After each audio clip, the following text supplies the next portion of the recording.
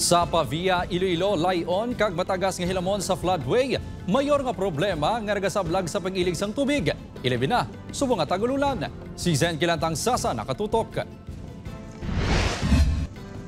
Nagmando ang Office of Civil Defense 6 sa mga local government unit nga pasanyugon ang flood control systems bilang pagpanghanda subong nga tag-ululan. Sunod sa OCD, kinahanglan nga siguraduhon nga naga-function ang mga flood infrastructure, early warning systems kag ang kooperasyon sang komunidad. Dako ang mabulig kini sa pagdaganagan sa epekto sa pagbaha. Not only that, but we also encourage hindi lang ang ating mga local government units, but also isa ng mga communities naton to improve the drainage system sa ilang mga kabaranggayan. Diri sa Pavia, Iloilo, talalupang doon ang pagkitid kag pagnabaw sang floodway. Mga kapuso, inang sitwasyon sang pangpang sang suba, madamo sang sagbot kag puno sang kahoy nga posible ginaanod sang baha halin sa bukid. Kag ang matigbaw, mataas pa sa tao.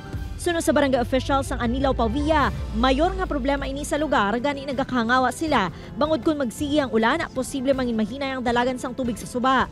3 na katuig ang nagligad sang nagpatigayon sang desilting ang DPWH. Apang madasig gilayon magtubo ang mga hilamon. Kinahanglan naman sang dako nga pondo para malimpyuhan ang floodway. Pag clearing sinisang suba, 3 months after do ara na naman. So amo na yung problema gid sang banwa. O hindi masarangan sang banwa, maskin mismo ang DPWH nga hambal na sila nga hindi nila ni masarangan maglimpyo, no, kay hindi lang na diri nga portion ang ilalimpyuhan. Siyempre ang debris halin sa babaw ma-accumulate na di sa dalom downstream. So para maging effective siya ang flood control project, dapat periodically ginadisilk gid.